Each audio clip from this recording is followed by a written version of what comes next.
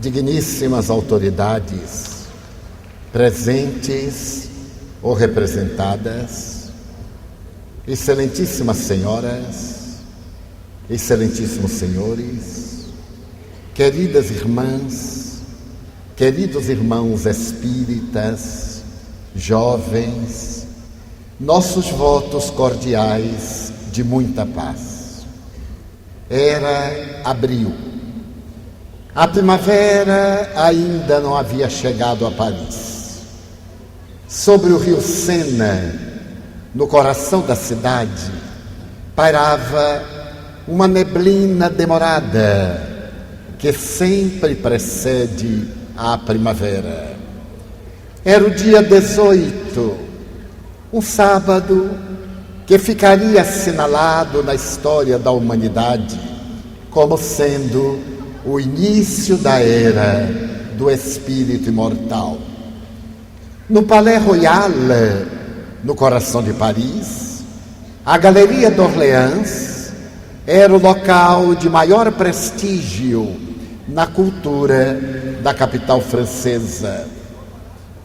A pequena livraria Danty abrira as suas portas e, a partir das 10 horas da manhã, ostentava na vitrine central que dava para a galeria uma obra singular, o Livro dos Espíritos, firmado por uma personalidade desconhecida na cultura francesa, Allan Kardec.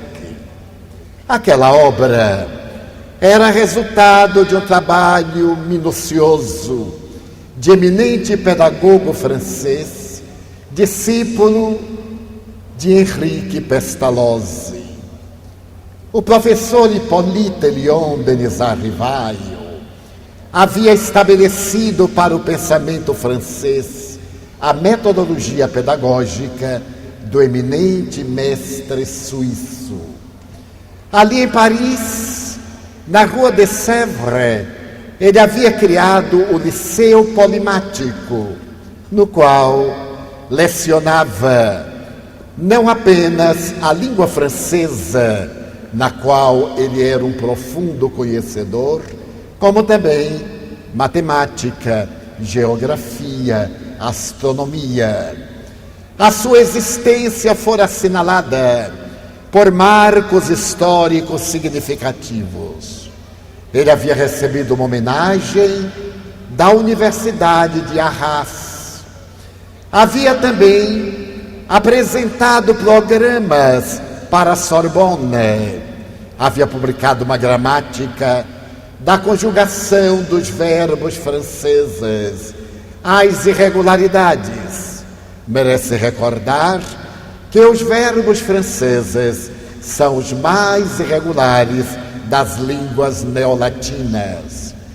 Le Professeur Rivaio, como era conhecido, tornara-se eminente magnetizador. Havia dedicado o melhor do seu tempo ao estudo daquela energia detectada pelo médico austríaco Anton Franz Mesmer.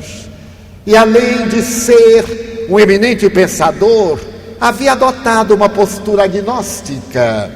Ele havia nascido numa família católica em Lyon no dia 3 de outubro de 1804 e fora educado por eminente protestante Pestalozzi, porque as doutrinas que haviam levado a sua infância e juventude à certeza de Deus não atendiam às necessidades culturais daquele período das luzes. Le Professeur Rivaio adotou uma postura agnóstica, de observador. Vivia-se o período do positivismo francês. A doutrina pregada pelo eminente mestre agora estava praticamente nas mãos do filósofo Littré, materialista, que se comprazia em demolir os alicerces ancestrais das doutrinas dominadoras.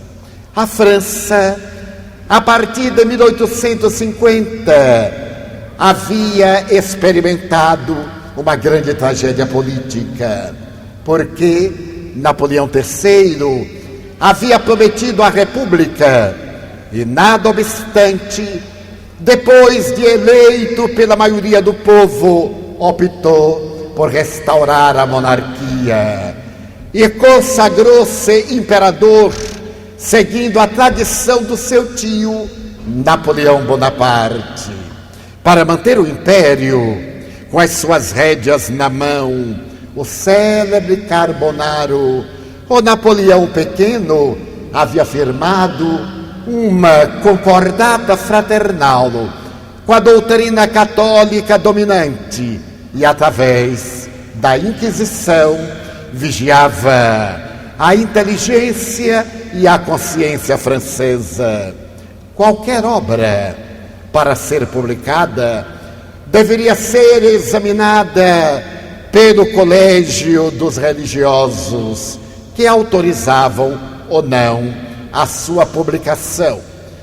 No entanto, quando o fenômeno das mesas girantes tomou conta de Paris, a partir de 1852, apareceram obras as mais estranhas, tentando explicar aquela curiosidade burlesca, aquele fenômeno agradável que distraía as mentes frívolas.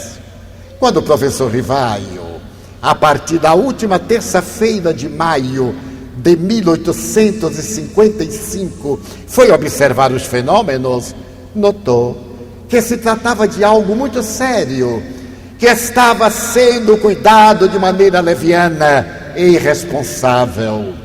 Como podia uma mesa de madeira, pé de galo, uma haste de madeira central, com 3 patas e um tampo, responder de maneira lógica às questões que lhe eram formuladas? É certo que se tratavam de questões frívolas, mas as respostas eram inteligentes.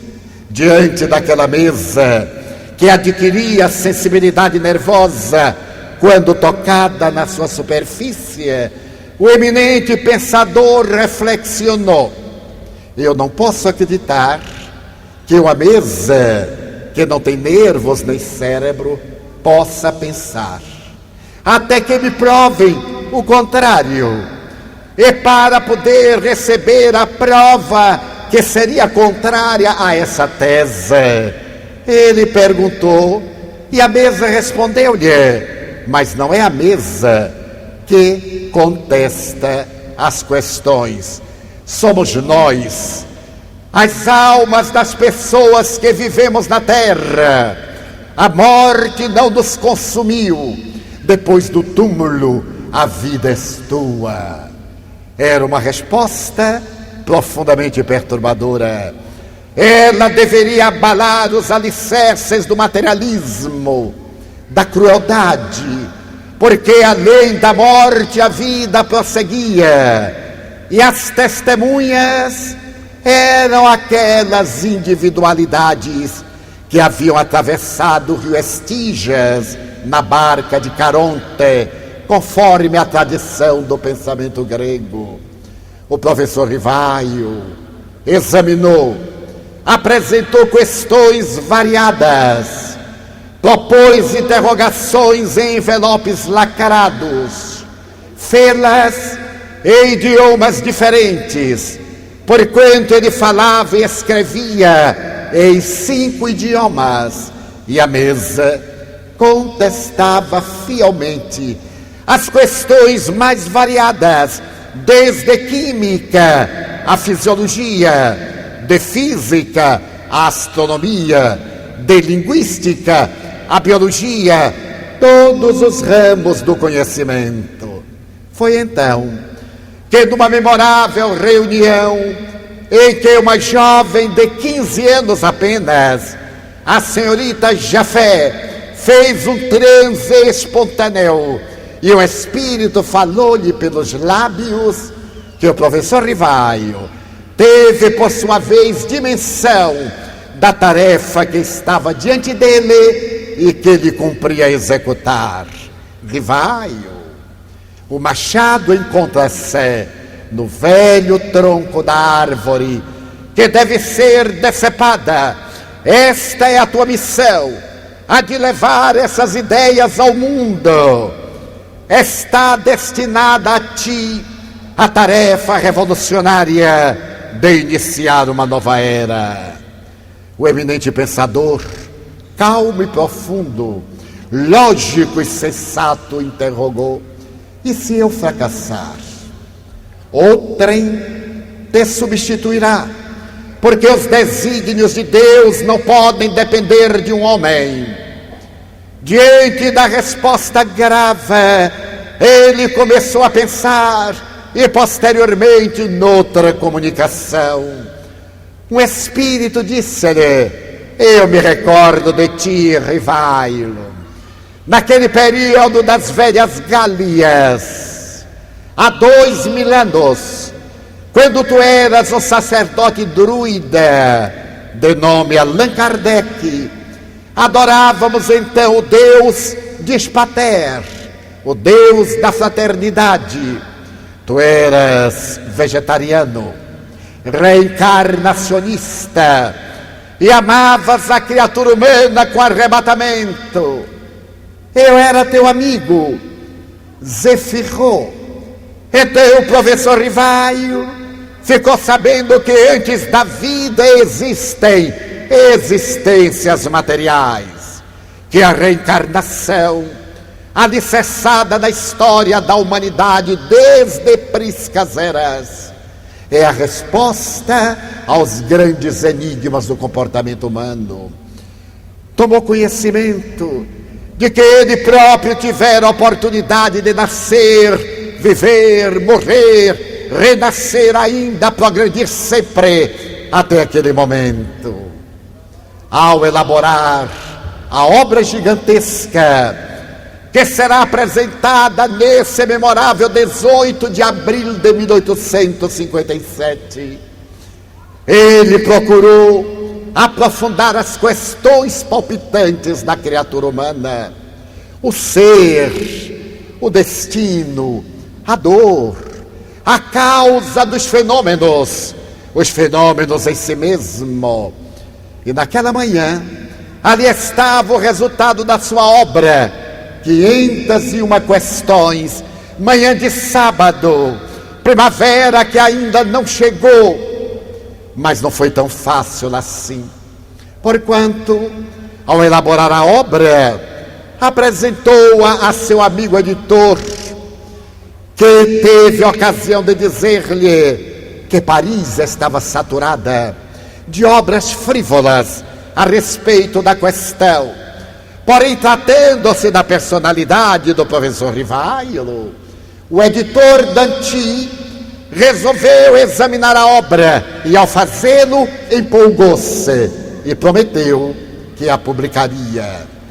Nesse ínterim, desencarnou, e a sua viúva, Melanie, assumiu a direção do estabelecimento, acompanhada pelo seu filho, Edward. Quando ela pegou os originais que haviam sido guardados pelo seu marido, disse ao jovem Edward: este livro é um compromisso de seu pai com o professor Rivaio. Ele olhou o título, o Livro dos Espíritos, e redarguiu: mas nós não podemos mais aumentar o número de obras levianas a respeito dessa questão perturbadora. E a senhora Melanie lhe disse: leia um pouco, meu filho, e você mudará de opinião. Ele leu então os originais e fascinou-se. Mandou então para que fosse publicada na editora a 30 quilômetros de Paris, em Saint-Germain-en-Laye, com a recomendação de urgente, urgentíssima. A carruagem, ou melhor, a carroça, havia chegado há poucas horas, trazendo os primeiros exemplares.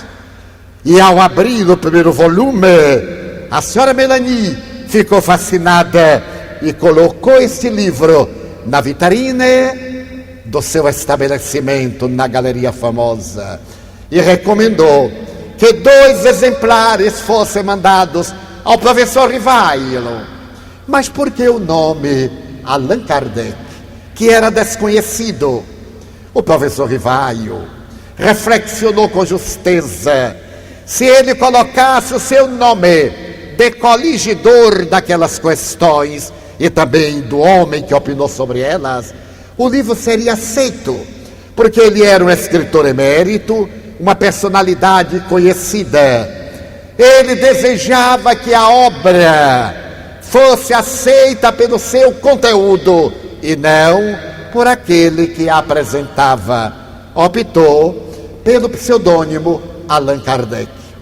E esse pseudônimo fala mais famoso do que o seu nome respeitável. O mensageiro partiu diretamente à Rua dos Mártires, a 2 quilômetros de distância, e a obra permaneceu em exposição. Uma das primeiras pessoas que se adentraram na livraria Danty foi a notável escritora George Sand. George Sand morava a 15 quilômetros de Paris, mas ela havia vindo à cidade naqueles dias para assistir a uma peça de Alexandre Dumas Filho, Demimonde. E essa personagem tão controvertida da literatura francesa, essa mulher notável, experimentava também certos fenômenos mediúnicos. E quando viu o livro, comprou 2 exemplares, dizendo à senhora Melanie que um deles era para ser remetido a seu amigo Victor Hugo, que se encontrava no exílio na ilha de Guernsey, e o outro ela pretendia oferecer ao amigo. Foi com emoção que o professor Rivaio recebeu o livro na sua casa modesta, na Rua dos Mártires. Ao ter a obra nas mãos, comoveu-se, e a esposa, Amélie Gabrielle Baudet, que ele chamava docemente Gabi, abraçou ternamente, e os 2 em lágrimas agradeceram a Deus. Naquela tarde, o professor Rivailo atravessou os grandes boulevards, o Boulevard de Ópera, a grandiosa Comédie Française, adentrou-se em Palais Royal, chegou à livraria Danty, subiu ao mezanino para agradecer à senhora Melania aquele trabalho árduo e grandioso que ela tivera a coragem de realizar. Os 2 dialogavam quando se adentra na livraria uma personalidade célebre, Nicolau Camille Flammarion, o grande sonhador dos astros. Flammarion era célebre porque desde os 19 anos ele era o diretor do Observatório Astronômico da cidade de Juvisy. Ele houvera escrito 2 livros a respeito dos astros, da probabilidade de vida além da Terra, daquele universo que ele contemplava através do observatório astronômico, porque somente a Terra seria privilegiada com a vida conforme a conhecemos. Ao adentrar-se na livraria Danty, ele, que era um bibliófilo, esteve olhando o livro e fascinou-se e perguntou: Madame, quem é este senhor Allan Kardec? Ao que ela redarguiu: tenho a grata satisfação de apresentá-lo, porque ele aqui está. Então Flammarion, este gênio da astronomia, acerca-se do professor Rivailo, aperta-lhe a mão e sela uma afetividade que se prolongará milênios em fora. Mais tarde, bem mais tarde, no dia 2 de abril de 1869, no cemitério de Montmartre, está sendo sepultado o corpo de Allan Kardec. Entre os oradores que consagram a vida extraordinária daquele homem em palavras inolvidáveis, Flammarion destaca o caráter do mestre e diz: eu sei que tu estás aqui, da mesma forma que sentimos os raios infravermelhos e ultravioletas. Sem os vermos, sabemos também que tu aqui estás, porque te sentimos. Por esta razão não te dizemos adeus, dizemos-te au revoir, até breve. E encerrando a sua peroração, consagra Allan Kardec com as seguintes palavras: ele foi na terra o bom senso encarnado. Mas naquele dia de 18 de abril, 13 anos antes, ele não poderia imaginar que um dia se tornaria médium também e psicografaria todo um capítulo da obra que seria publicada em 1868, a Gênese, sob o título de Uranografia Geral. Esse memorável dia de 18 de abril consagrará a era nova do espírito imortal. A imortalidade da alma já não será mais uma tradição ancestral, não fará parte das velhas informações teológicas, deixará de ser uma matéria de fé para ser uma proposta de fato.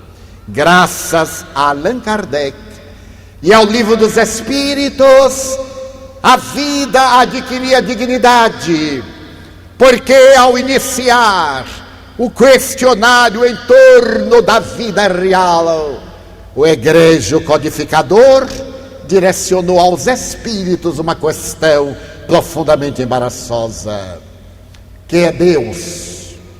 Anteriormente, filólogos, filósofos, teólogos haviam interrogado de uma maneira equivocada: quem é Deus?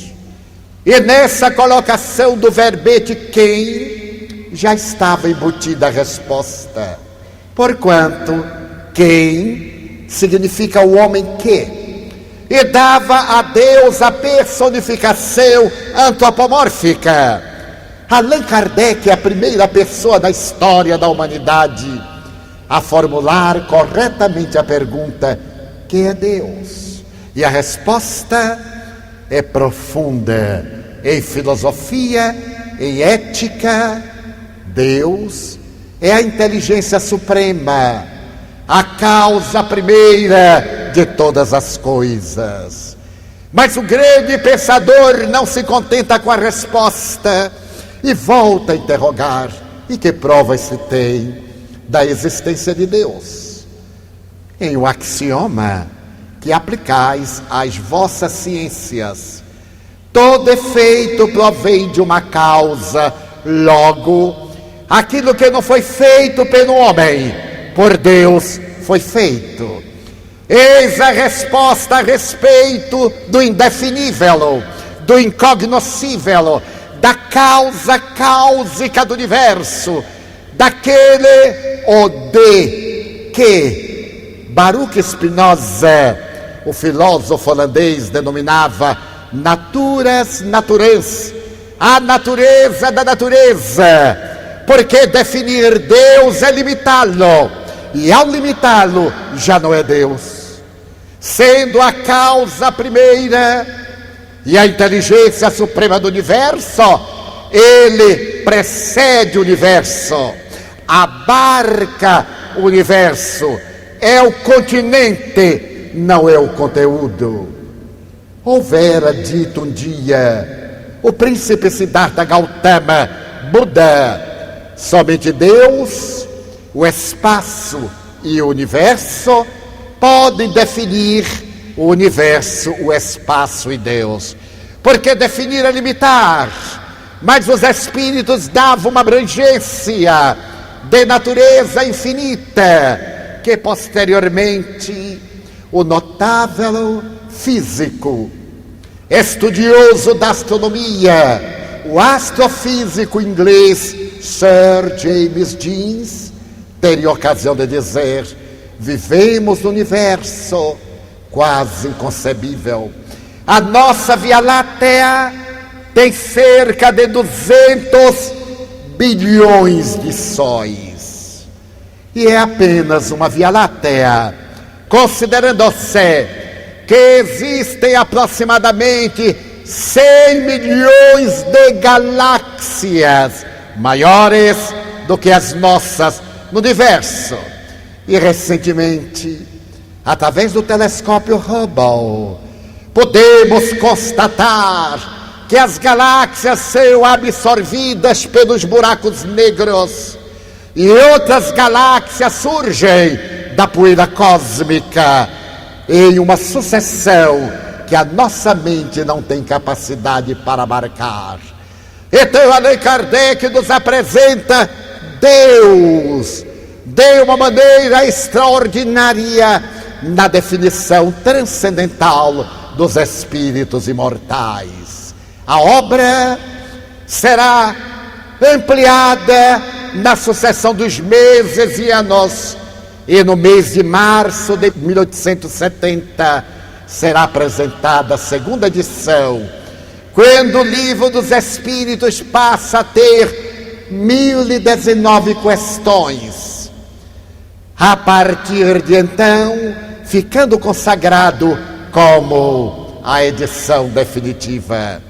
Ao celebrarmos neste ano o Sesc centenário de lançamento desta obra sui generis, fantástica, não podemos deixar de comover-nos com a grandeza da doutrina que ela traz para a humanidade, porque nestes 150 anos houve uma revolução cultural, ideológica, ética, socioantropológica, desde o dia quando, 2 anos depois, em 1859, Charles Darwin fez publicar a sua obra a respeito da teoria das origens das espécies da seleção natural, dando um golpe de misericórdia no criacionismo bíblico e abrindo horizontes amplos para a evolução antropológica.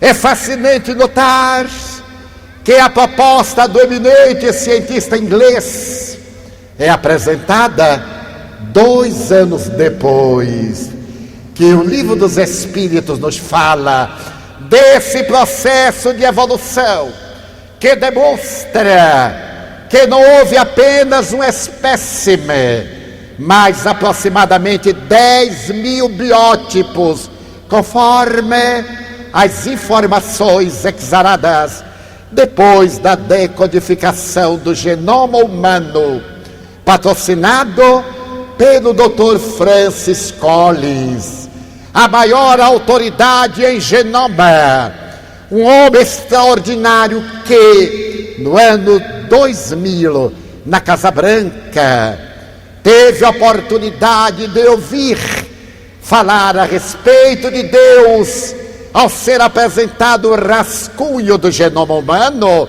e como ele escreveu, e não ficar com vergonha, porque cientista dos mais eminentes deste milênio, ele é teísta. Ele acredita no processo do evolucionismo como causa e do transformismo como desenvolvimento da forma, até chegar ao biótipo que somos, ainda não final, porque avançamos na direção de corpos mais aperfeiçoados e de inteligência mais brilhante. O Dr. Francis Collins, ao apresentar esse projeto que 50 universidades trabalharam para poder demonstrar que nosso DNA, nós temos aproximadamente 3 bilhões de letras pares, falando da nossa estrutura, assevera que encontrou ali a assinatura de Deus. Somente foi possível estudar esse genoma e compreender o processo da evolução, porque há Deus, porque há alguém que escreveu através do nosso processo evolutivo a realidade que estamos, na fatalidade que seremos. O Dr. Francis Collins, sem o saber, confirma a tese espírita de que Deus é o autor da vida, e desde o momento em que as primeiras cadeias de açúcar se aglutinam na intimidade das águas salgadas dos oceanos, há aproximadamente 12 bilhões de anos, para a partir de 2 bilhões de anos haver esse processo da evolução que culmina momentaneamente em nós. Houve o hálito divino, houve o psiquismo que se desenvolveu, o Deus em nós, a que se referiam Sócrates e Platão, o Cristo eterno, que nos cabe desenvolver através da autoiluminação, da viagem interior. Por volta do ano 2002, um outro notável geneta do comportamento, o Dr. Dean Hammer, teve a coragem de dizer que, estudando os nossos genes, aproximadamente 35 mil genes, quando a ciência pensava que seriam 100 mil, constatando pela decodificação do genoma que apenas nós temos 35 mil, e que a diferença de um ser humano para um rato é de somente 300 genes. Faltaram 300 genes aos ratos. É por isso que eu penso que existe tanto ser humano que faltaram 300 genes. Por isso nós vivemos uma sociedade de ratos bípedes, em atestados eloquentes de desonestidade, de rapina, de furto e de crime, porque faltaram 300 genes. Tem a forma humana, mas ainda não são humanos. Diz o doutor, pesquisando essa maravilha que é o gene humano, que ele encontrou em nós, um gene da presença de Deus. Então, esse notável investigador diz que na nossa constituição genética, o VMAT2 é o gene de Deus. Crer em Deus é um fenômeno genético, é a hereditariedade divina. A crença em nós é um fenômeno natural. Todos aqui estamos neste estádio e não nos ocorre que ele possa desabar. É a fé natural. Ninguém nos garantiu que não ia desabar. Entramos no avião e não pedimos o atestado de saúde mental do piloto. E pode ser que naquele dia ele queira suicidar-se. E se o fizer, nos leva. É a fé natural. Mas essa fé natural torna-se racional, porque nós sabemos que esta estrutura de concreto foi examinada pelos melhores engenheiros da cidade, que os cálculos foram reconferidos e periodicamente são examinadas as estruturas. A fé racional, que o piloto não está esquizofrênico, porque em cada 6 meses ele é submetido a um check-up, e que mesmo que ele pretenda suicidar-se, o avião tem um copiloto e um piloto automático que nos defendem. Então a fé está estruturada em nós de maneira genética. O Espiritismo nos faz a crença em Deus genética e racional, através dos fatos que corroboram a sua realidade. Esta ciência, porque Allan Kardec definiu o Espiritismo como sendo uma ciência que estuda a origem, a natureza, o destino dos espíritos e as relações que existem entre o mundo espiritual e o mundo corporal. Mas não é uma ciência convencional. Não se pode estudar o espiritismo no laboratório, como se estuda química, física, eletricidade, biologia, porque o material de que nos utilizamos é o psiquismo humano. E esse psiquismo tem o seu livre-arbítrio, não está submetido às leis do nosso interesse laboratorial. Eles veem quando querem e não quando nós desejamos.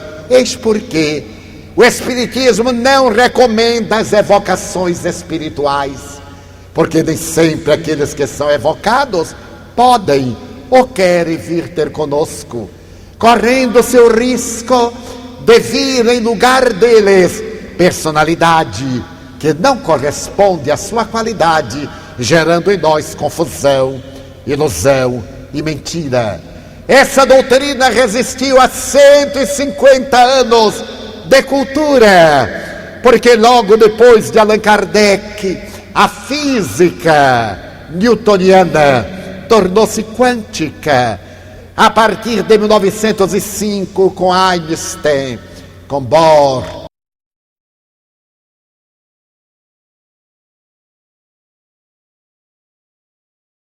a física se fez conceptual e deixou de ser a física dos dados exatos para ser a física das possibilidades. Só existe energia, matéria, é energia condensada, definiu Einstein, e energia é matéria dissociada, exatamente como diz a doutrina espírita. Vivemos no universo de ondas, de mentes, de energia, de pensamentos.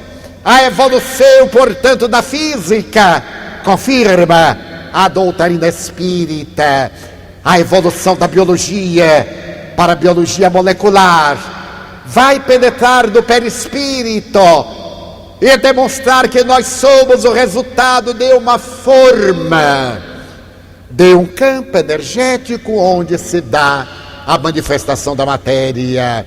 Logo depois, a psicologia, a partir dos anos 70, abandona as 3 escolas ancestrais: a psicologia do comportamento, a psicologia humanista, a psicanálise, para largar o seu campo numa quarta força, a psicologia transpessoal, fundamentada nos postulados espíritas, na imortalidade da alma, na reencarnação, na comunicabilidade dos espíritos, no estudo das psicopatologias humanas.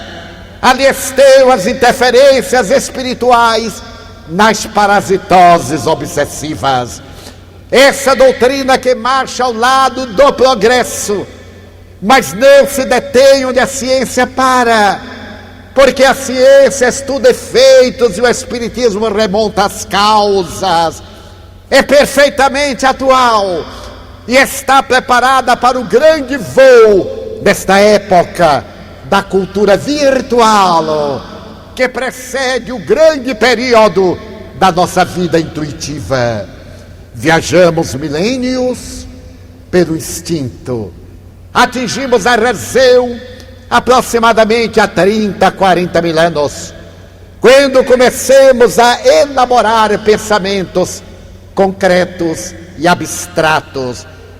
Adquirimos a consciência entre 10 e 12 mil anos, mas agora estamos conseguindo captar pelo pensamento intuitivo essa fase das comunicações psíquicas, que será o breve período, breve no sentido astronômico, o breve período da intuição, através da qual nos comunicaremos no futuro, quando nossos corpos estiverem também mais sutilizados.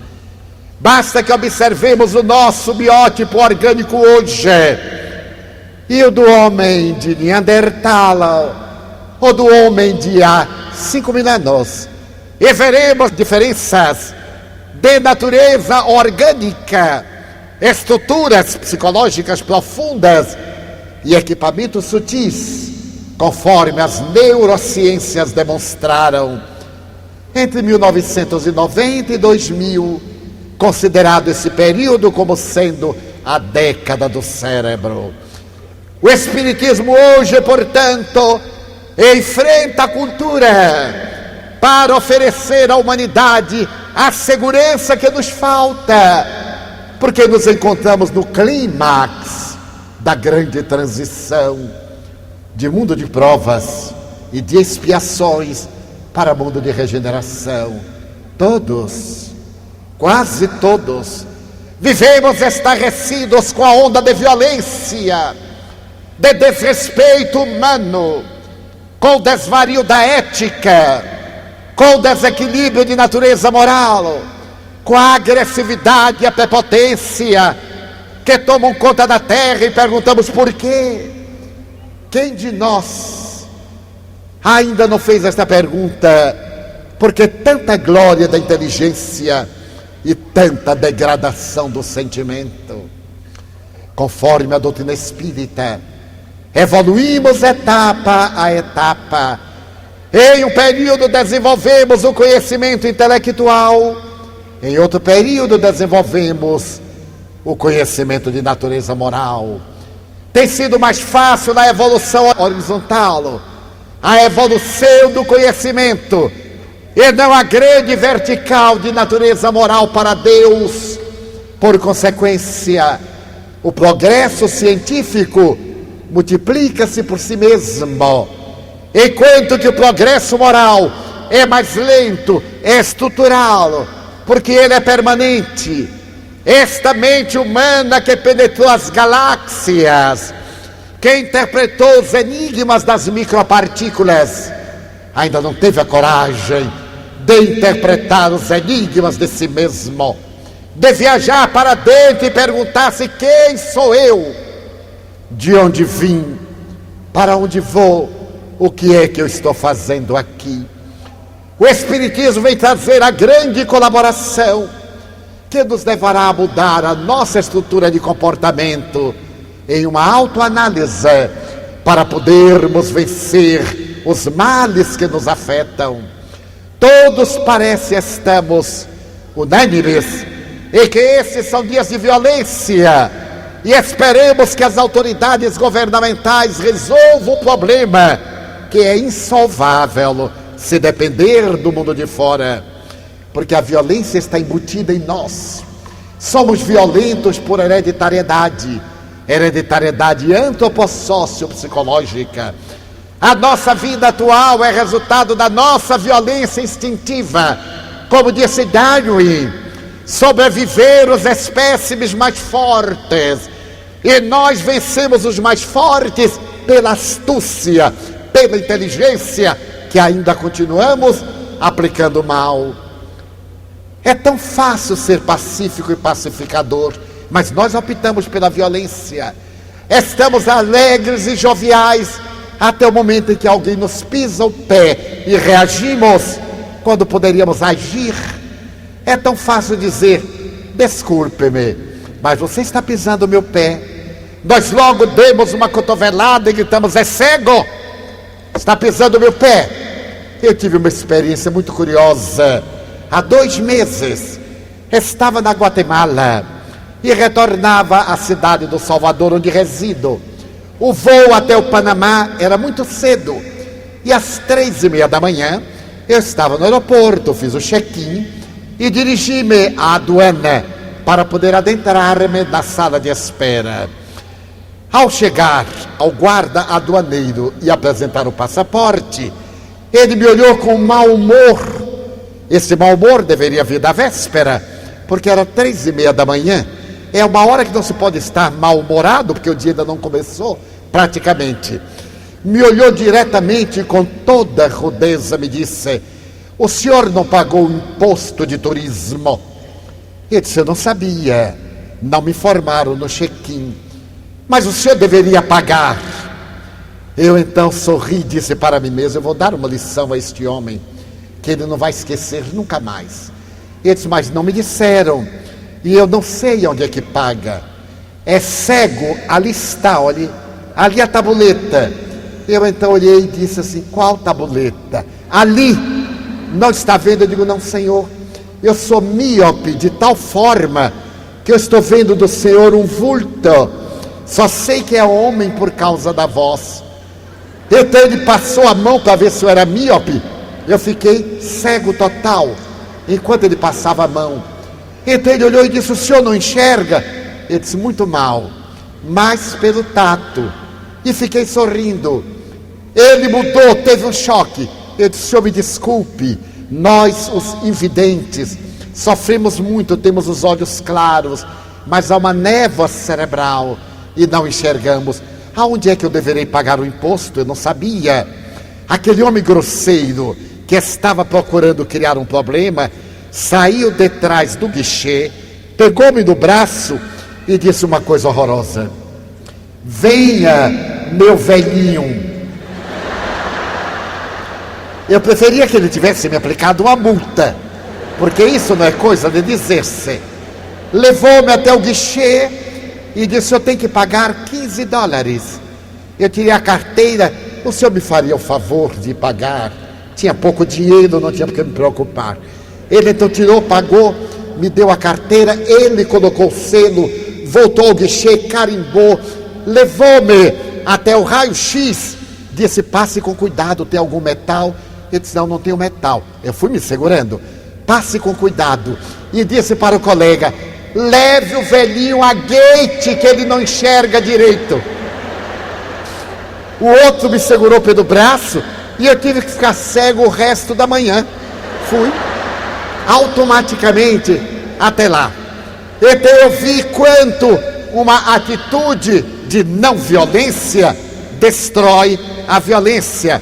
Quando ele me deixou, eu falei: muito obrigado. Ele disse: mas não há porquê. Eu disse: ah, sim, senhor, se for uma pessoa rude, poderia me ter criado um problema. O senhor foi tão gentil, muito obrigado. E ele disse uma coisa ainda pior: ele disse: é que o senhor faz me lembrar de meu pai. Era um homem de 50 anos. E eu disse: meu Deus, será que eu estou esse dinossauro tão decadente à vista?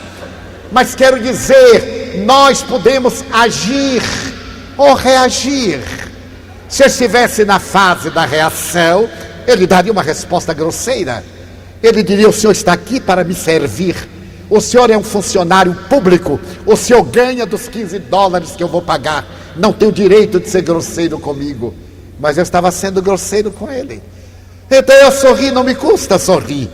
E como ser cego é uma coisa muito conveniente, principalmente quando é vantajoso para nós, eu somente obtive lucros. Então nós falamos da violência, e a nossa violência pessoal, a violência do lar, o desrespeito à mulher, o atrito constante com o homem, o desrespeito ao nosso filho, o desrespeito às leis. Pouco importa que as autoridades desrespeitem as leis, se não são dignas de exemplo, deveremos dar-lhes exemplos e não nos apoiarmos na sua indignidade para sermos corruptos também. Não há muito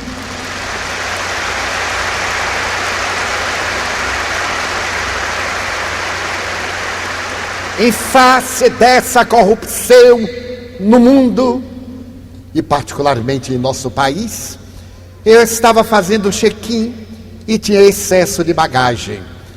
Então eu disse ao funcionário: se lhe for possível ajudar-me, eu lhe agradeço.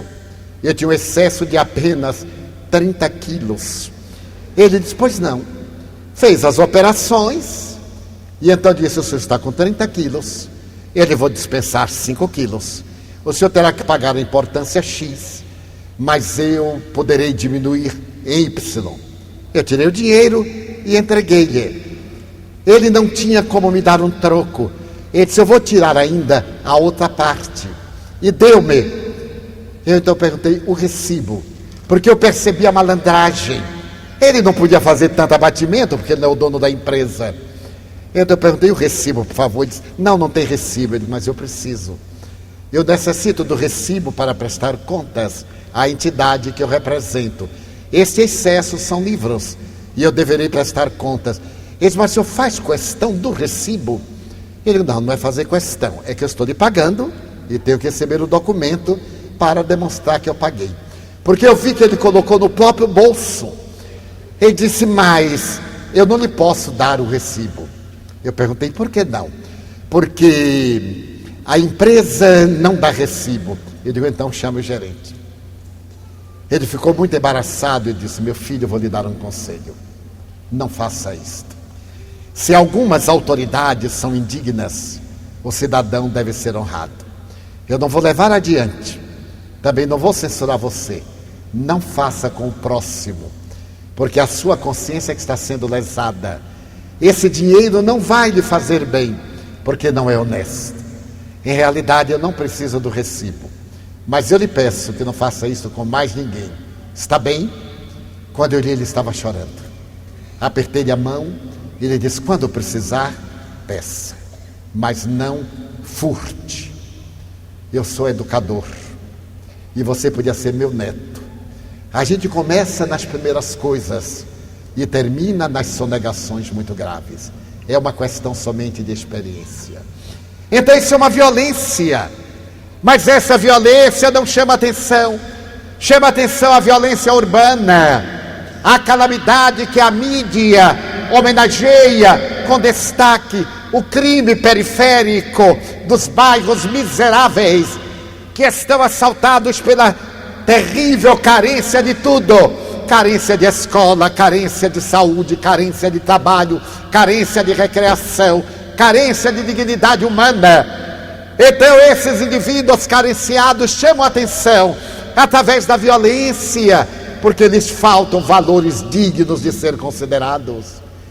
Disse a uma rede de televisão oportunamente, na maior tranquilidade, quando me perguntou qual uma das causas da violência, eu disse: o veículo dos senhores que dignificam os bandidos e não divulgam as coisas notáveis da vida. Eu estive recentemente na cidade de São Paulo, em um evento que reuniu durante um dia 15 mil pessoas. Durante todo o dia, todos os veículos de comunicação de massa da cidade de São Paulo receberam convite, nenhum esteve presente. Mas se ali houvesse acontecido um crime, um desastre, uma tragédia, seria notícia mundial na mesma hora. Por que que as questões superiores não merecem respeito? Porque se dá tanto espaço ao bandido para que ele imprima sua imagem em outros psicopatas, e não se dá espaço para as obras grandiloquentes da humanidade. Ouvimos aqui a referência que nos foi trazida pelo Hospital Espírita de Porto Alegre. Por que que não se faz uma campanha para melhorar o atendimento na saúde mental, na área da saúde em geral, na melhor qualidade da educação? Não há espaço periodístico. E quando ocorre é para censurar e não para apresentar soluções. Graças a isso, a violência campeia. Que fazer? Assevera Maria Montessori em um notável discurso realizado em Estocolmo no ano de 1936. A solução é a educação. E Allan Kardec, em O Livro dos Espíritos,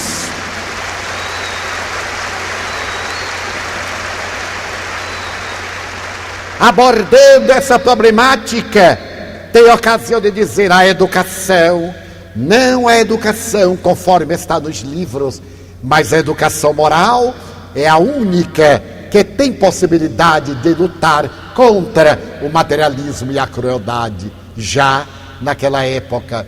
Então o Espiritismo é a nova diretriz para criar uma sociedade justa, uma sociedade equilibrada, uma sociedade feliz, trabalhando-nos interiormente para nos libertarmos dessa ancestral violência e sermos cordeiros o que não quer dizer que sejamos saco de pancadas dos outros, mas para que não revidemos mal por mal, para que perdoemos o mal que nos queiram fazer, e para que edifiquemos sempre. Tive a ocasião de ler e comover-me profundamente uma história narrada por uma judia, Rita, de que no período 1930-1932 na Polônia, havia grandes dificuldades entre judeus e católicos.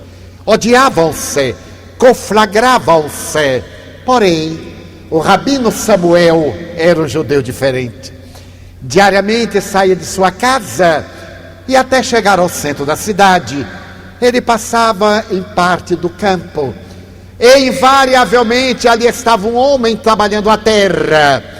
E o rabino dizia: bom dia, senhor Müller. O homem, de formação católica, não respondia, fechava mais o sobrolho, ficava mais carrancudo.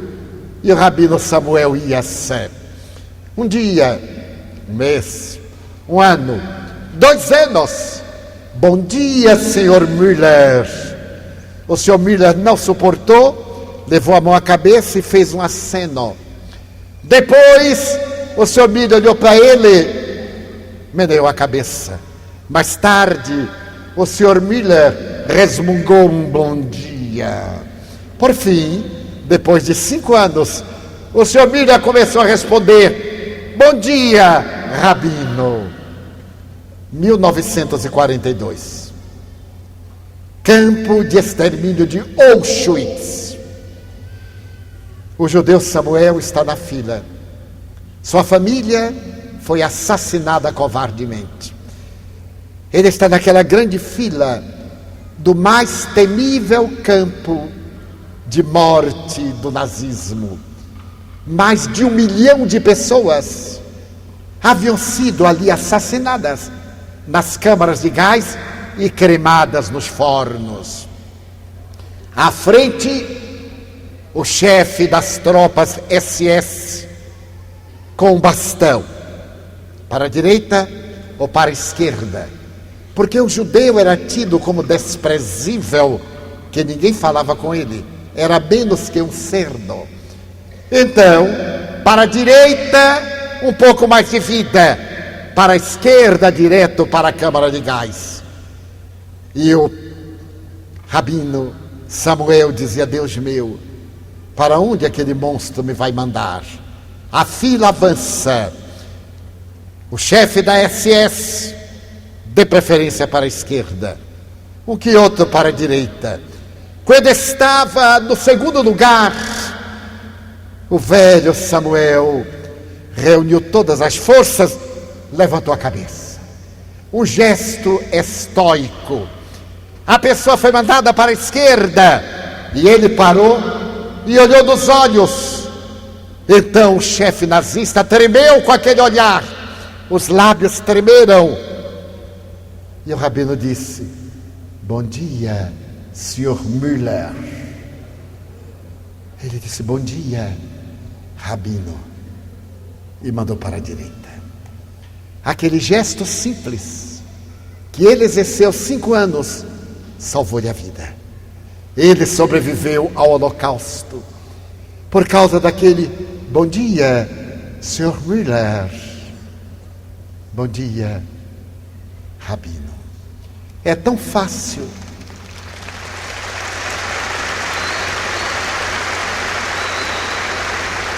nós mudarmos a paisagem da terra, iluminados por esta doutrina libertadora, que nos diz que nós somos o que fazemos de nós, nós seremos o que fizermos de nós.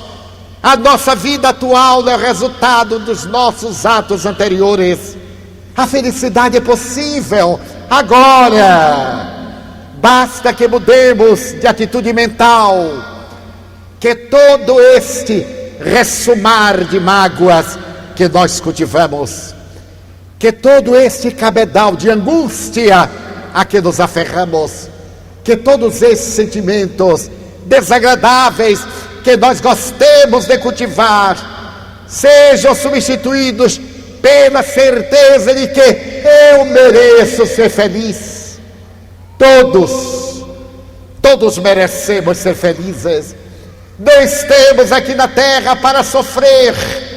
Quantas vezes eu ouço espíritas, diante de um sofrimento, dizendo: meu karma, em uma atitude resignada. Primeiro, a palavra karma não é uma palavra espírita, é hinduísta. O karma, na visão hinduísta, é o efeito de um ato que se tem que resgatar pelo sofrimento.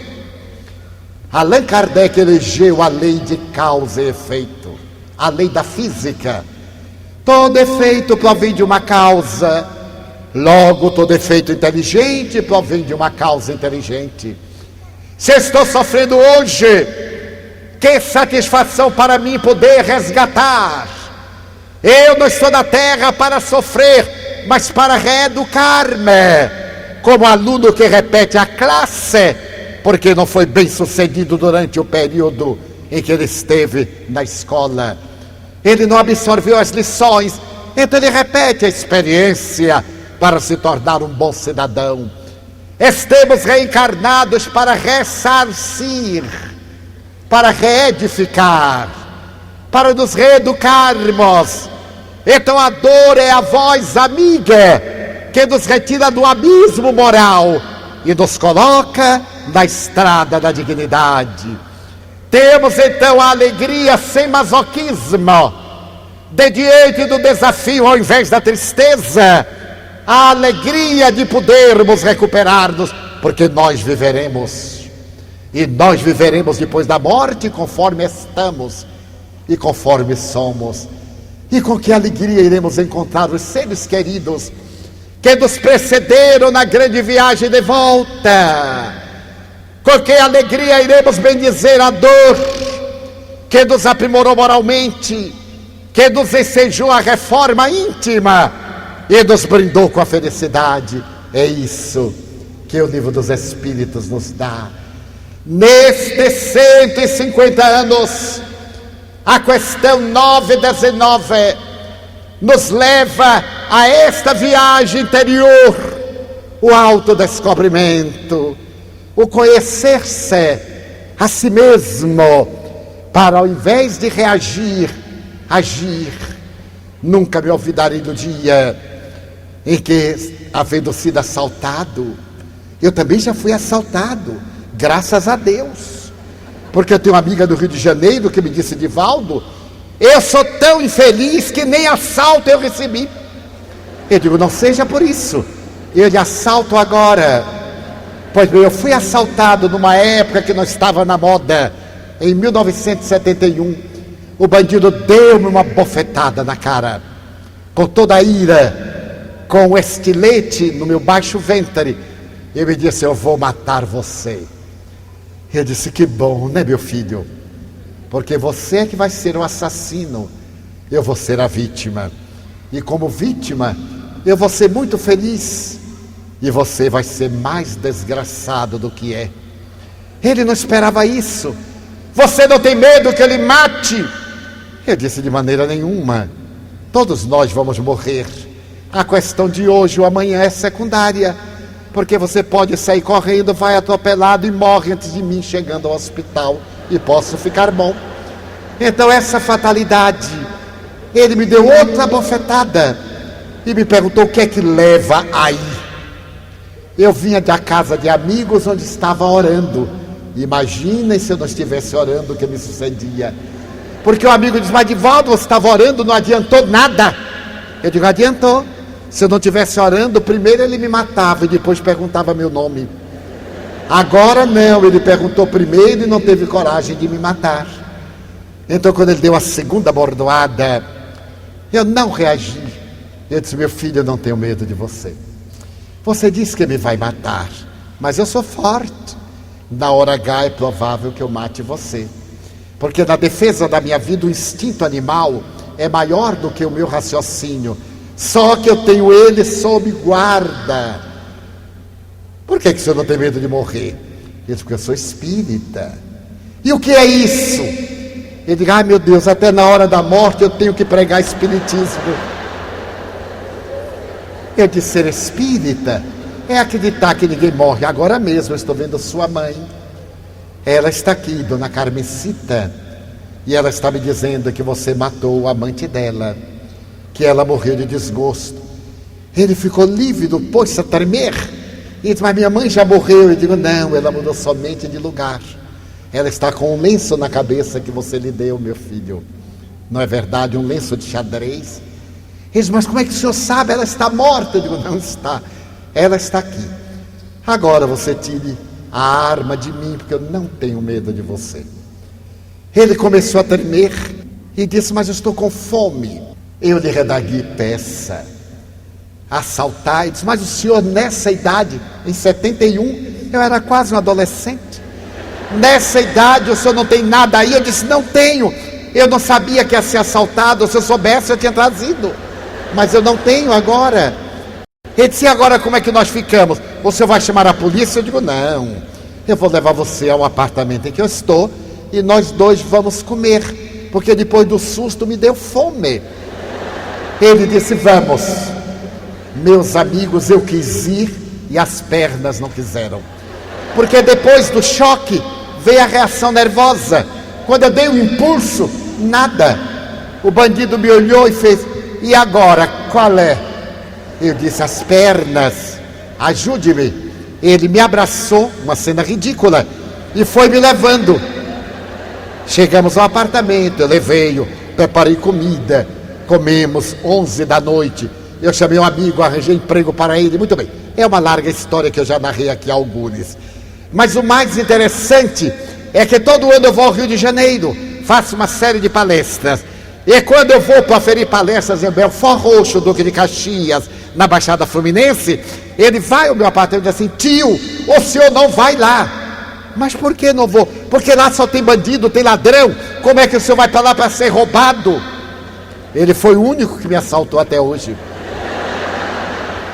Agora mesmo, no mês de julho, eu estarei voltando ao Rio, e a primeira conferência em Nova Iguaçu. Ele já me telefonou: da hora que o senhor chegar ao aeroporto até a hora que sair de Nova Iguaçu, eu estarei ao seu lado. Ele é meu guarda-costas, o bandido. Ele é forte, está agora com quase 60 anos. Então ele fica do lado, na fila. Quando uma pessoa me abraça e demora, ele grita de lá: manero ou empurro? Eu digo: maneira. Porque ele pensa que a pessoa está me assaltando. Tornou-se um filho, porque eu não reagi, porque ele disse que não tinha medo da morte.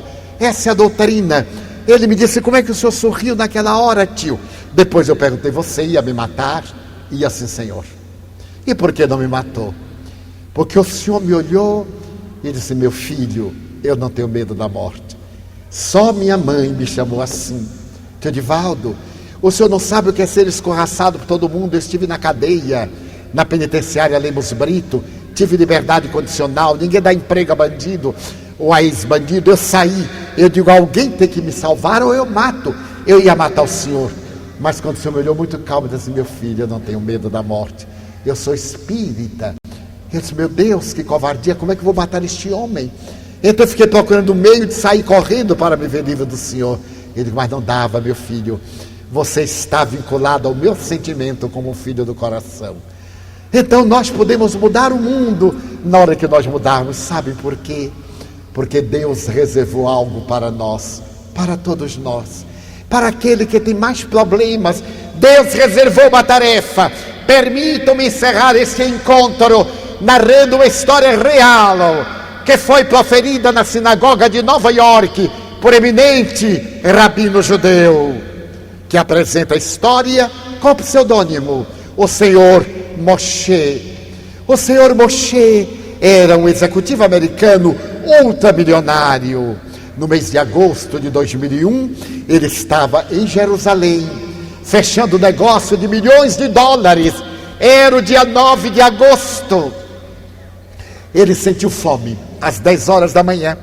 Então disse aos demais convidados executivos que ia descer, caminhar um pouco, tomar ar, ia comer uma pizza. Meia hora depois ele estaria de volta.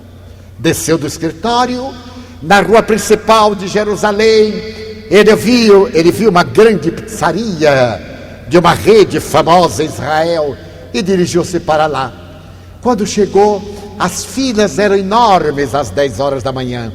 Ele andou para um lado, andou para o outro e concluiu: não vou ter tempo. Se eu entrar na fila, demoro mais de meia hora. Chegou próximo ao caixa, olhou para um lado, para o outro, quando um cavalheiro que estava a 3 pessoas da fila, reconhecendo que ele era judeu estrangeiro, perguntou-lhe: qual é o problema? Ele disse que eu queria uma pizza e um refrigerante, mas a fila está terrível. O outro disse: não há problema, eu lhe dou o meu lugar na fila. Ele disse: mas você não me conhece? E daí? Eu vou para trás, pode entrar no meu lugar, ninguém reclama, porque estamos trocando só de pessoa. Ele ficou embaraçado e aceitou. Comprou a pizza, o refrigerante que ele aprove, foi andando.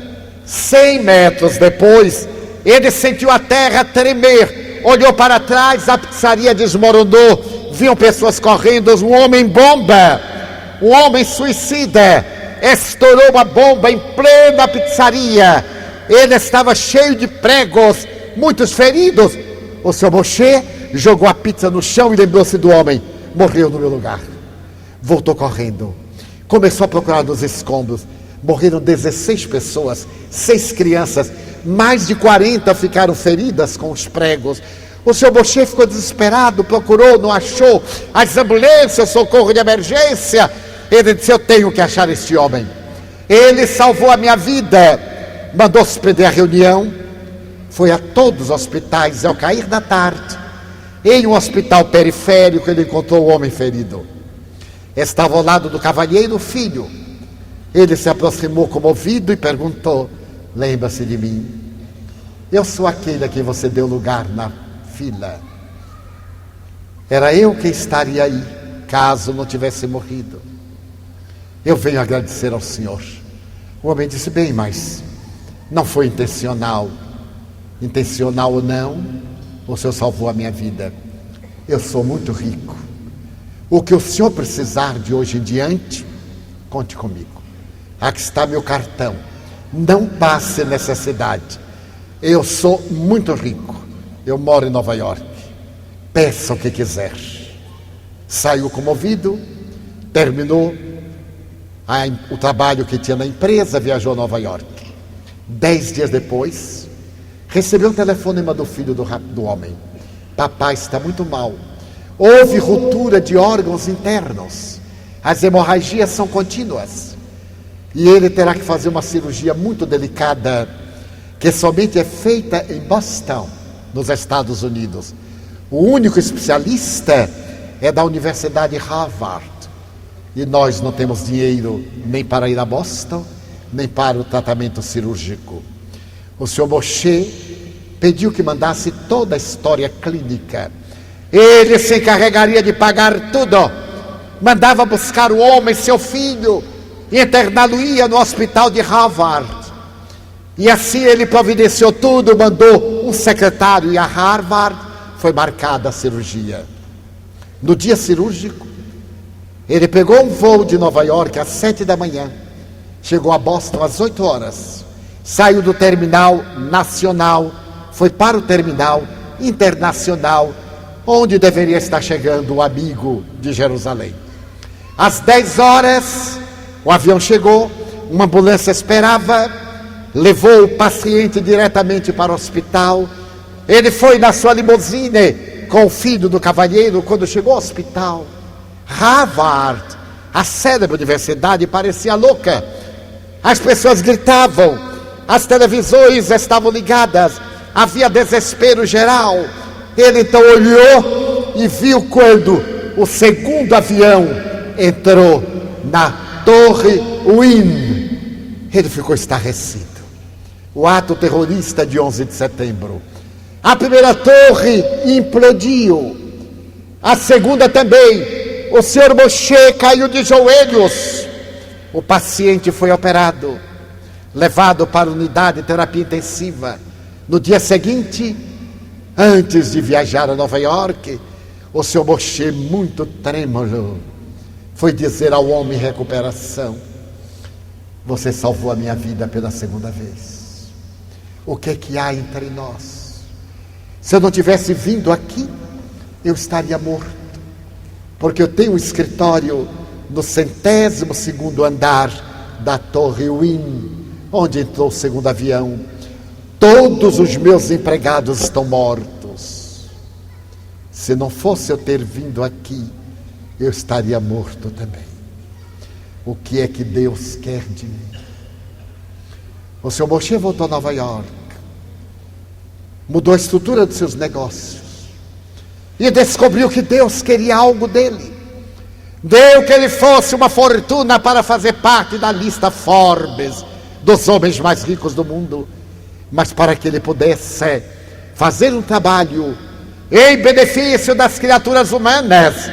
E ele está fundando desde então uma ONG, algo não governamental, uma organização de beneficência para ajudar a humanidade. Deus reservou algo para você, para mim. A mim ele disse: vá e fale da doutrina do meu filho Jesus. A você, a cada um de nós, o que é que Deus reservou? É necessário viajar para dentro e descobri-lo. E se necessitarmos de um guia, peguemos o livro dos Espíritos que ali está, mergulhemos o pensamento nele, embriaguemo-nos de luz e coloquemo-nos nas mãos de Deus, dizendo: Senhor, neste báratro, no meio de tanto desar, de reclamações e de queixas, deixa-me dizer-te que eu amo a vida, que para mim é bela e é consentida. Muito obrigado, Senhor, por tudo que me deste, por tudo que me dás, pelo ar, pelo pão, pela paz. Muito obrigado pela beleza que os meus olhos veem no altar da natureza, olhos que fitam o céu, a terra e o mar, que acompanham a ave ligeira que voa fagueira pelo céu de anilo e se detém na terra verde, salpicada de flores em tonalidades mil.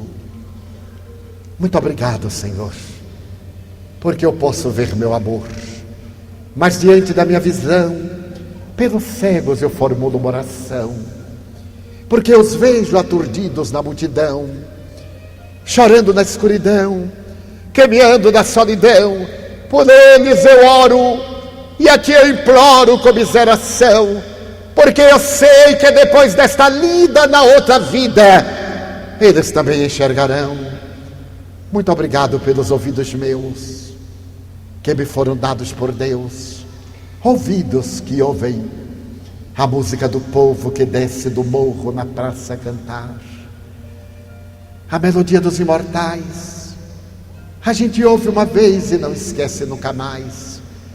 A voz melodiosa, canora, melancólica do boiadeiro, e a dor que geme, que chora no coração do mundo inteiro.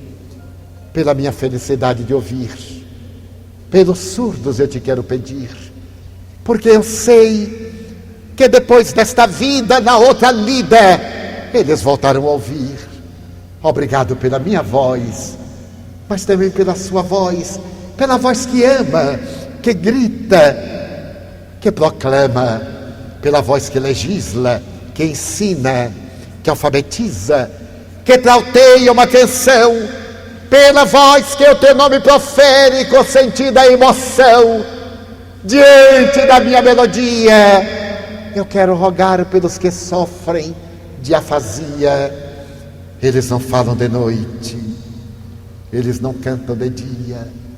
Oro por eles, porque eu sei que depois desta prova, na vida nova, eles cantarão.